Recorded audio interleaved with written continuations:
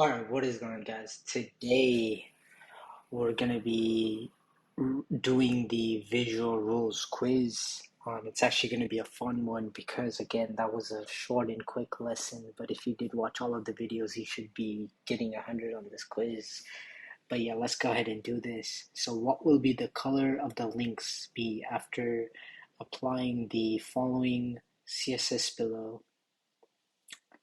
Body green, main content blue. Oh, we see an important flag right there, so it's going to be automatically red.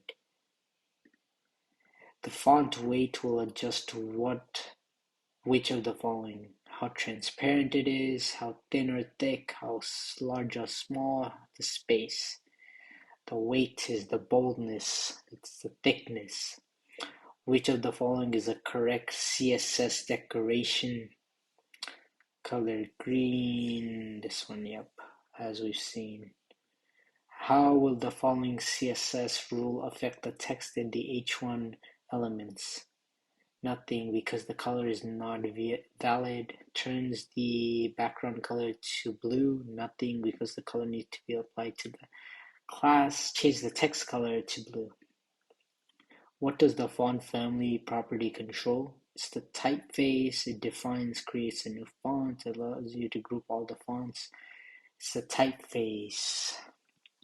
Which of the following will set an element's background to an image? Let's see. It's gonna be the background image, background hyphen image, and then you have the URL. Let's see, URL. Yep, this one right here. Yep. And then the last question, what would you make an H1 element invisible on the page? The opacity, we can just set it to 0 and it's going to be transparent. And then 1 will make it opaque. But yeah, we got 100 on this quiz right there. Pretty easy quiz, and that's going to end it right here. Thank you so much for watching. If you did find this valuable, please consider subscribing. I'll see you guys in the next one.